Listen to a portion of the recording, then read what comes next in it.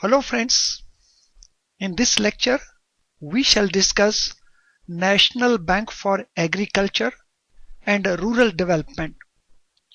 In short, we call it NABARD. Friends, NABARD was created under NABARD Act 1981 and it was established on July 12, 1982.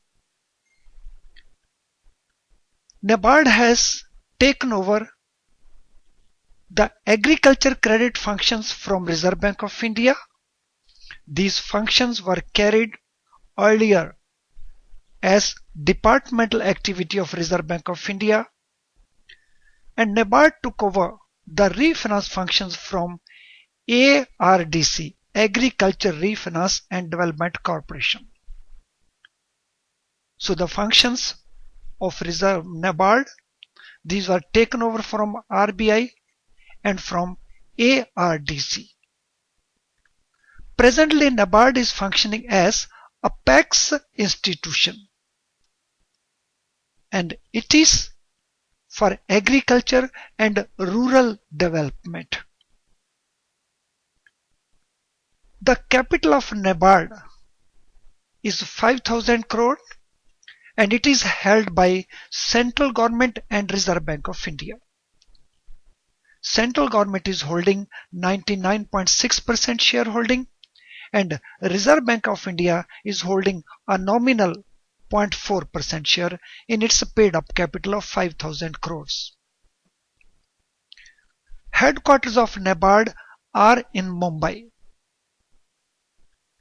As regards organizational structure,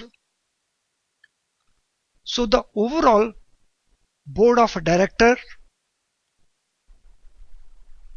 then chairman, then managing director, deputy managing director, executive director, then in head office there are head office departments. Similarly, it has regional offices, then it has training establishments also. So regional offices are supported by sub-office, district development offices and project monitoring units. This is organizational structure of NABARD. What type of functions are performed by NABARD? There are three types of functions. One category, finance functions. Finance functions include direct finance as well as refinance. Refinance means it provides funds to cooperative banking system against the loans given by cooperative banks. So there are two types of finance function. One is direct lending, another is lending through cooperative banks in the form of refinance. Then it also performs development functions.